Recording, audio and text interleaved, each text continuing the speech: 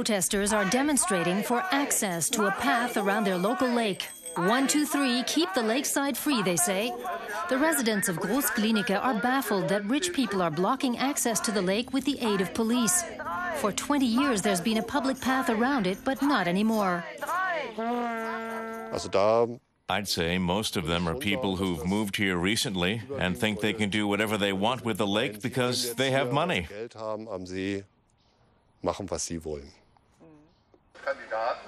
The demonstrators don't want to accept that and are insisting on their rights. The path is marked on an official document, the land use plan. We're absolutely in the right. The land use plan has been accepted. It's the law. And what's happening here is a really weird political circus, and that infuriates me. But the political circus has been caused by an oversight, as Peter Kaminski, who heads the district council, tries to explain. Shortly after the Berlin Wall fell, the community neglected to declare the path legally open to the public. When years later some house owners found out, they blocked the path which runs through their property. There's no way we can enforce a right to walk through private property, even by making a commotion. Legally, the councillor's hands are tied, but he sympathizes with the protesters. The lake has been a central feature of the community's life for the last 2 decades. The people of Großglienicke quite rightly took the lake over. They ran, strolled and cycled around it. The first freely elected local council took a strong stance to make sure the Bundeswehr allowed the path to be used as a hiking trail. The lake used to be a border area. In 1961, the shore on the East German side was walled up and the path laid, but only for the East German army. The properties there were simply expropriated to secure the country's borders. That's what happened to the Bartels family, who had owned a house on the lake for generations. They received official notification that the lakefront area was no longer theirs. There was no question of refusing to give up the area. This was an official notification, and that made it an order. It was needed to secure the border. When the border was reopened, the Bartels were allowed to buy back their property at 25% of its market value. They paid 11,000 euros. But they haven't been able to use it undisturbed since then, because anyone can swim, barbecue, or camp here. Once, even their own grandchildren were chased away. There were lots of people there, and they told the children to go away.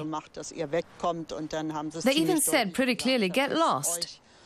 Then the children said, "But this belongs to us." And the answer was, "You can tell other people that, not us."